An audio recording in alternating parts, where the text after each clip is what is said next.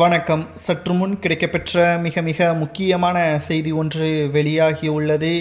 எடப்பாடி பழனிசாமி அவர்கள் ராஜினாமா கடிதத்தை ஆளுநரிடம் கொடுத்துள்ளார். எம்எல்ஏ பதவி முடிந்ததன் காரணமாக தமிழ்நாட்டில் அனைத்து எம்எல்ஏக்களும் ஆளுநரிடம் ராஜினாமா கடிதத்தை கொடுக்க வேண்டும். முதலில் எதிர்க்கட்சியின் தலைவராக இருக்கக்கூடிய எடப்பாடி பழனிசாமி அவர்கள் ராஜினாமா கடிதத்தை ஆளுநரிடம் இன்று அனுப்பி வைத்துள்ளார். மீண்டும் அவர் எடப்பாடி தொகுதியிலேயே போட்டியிடுகிறார்.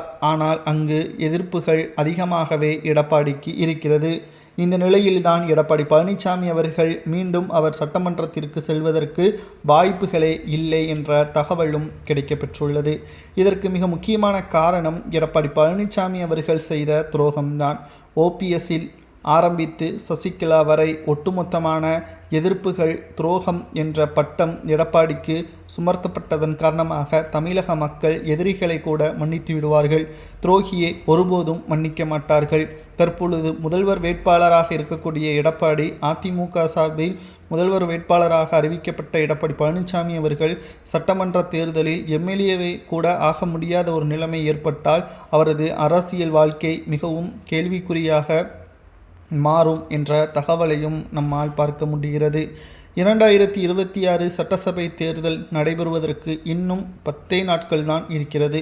இந்த தேர்தலில் அனைவரது கருத்து கணிப்புகளும் சுமார் 5 நிறுவனங்கள் நடத்திய கருத்து கணிப்புகளை நாம் வைத்து பார்க்கும் பொழுது 175 தொகுதிகள் வரை திமுகவின் கூட்டணியே வெற்றியடையும்.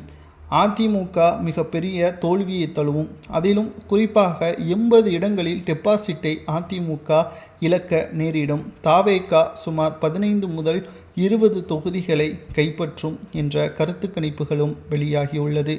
அனைவரது கவனத்தையும் பெற்ற இந்த கருத்து கணிப்பு ஒட்டுமொத்த அதிமுகவின் தொண்டர்களுக்கும் நிர்வாகிகளுக்கும் அதிர்ச்சியை ஏற்படுத்தியுள்ளது.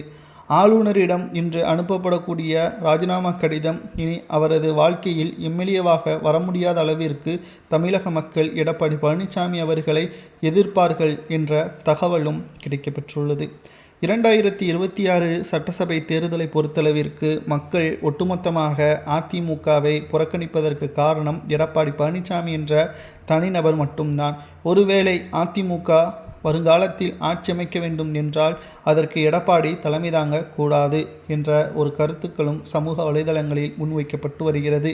சசிகலா அவர்கள் புதிய கட்சியை தொடங்கியிருந்தாலும் அவர் மீண்டும் அதிமுகவில் இணையக்கூடிய ஒரு சூழலும் உருவாகும். அதற்கு எடப்பாடி தோல்வியை தழுவ வேண்டும் என்றும் கூறப்படுகிறது.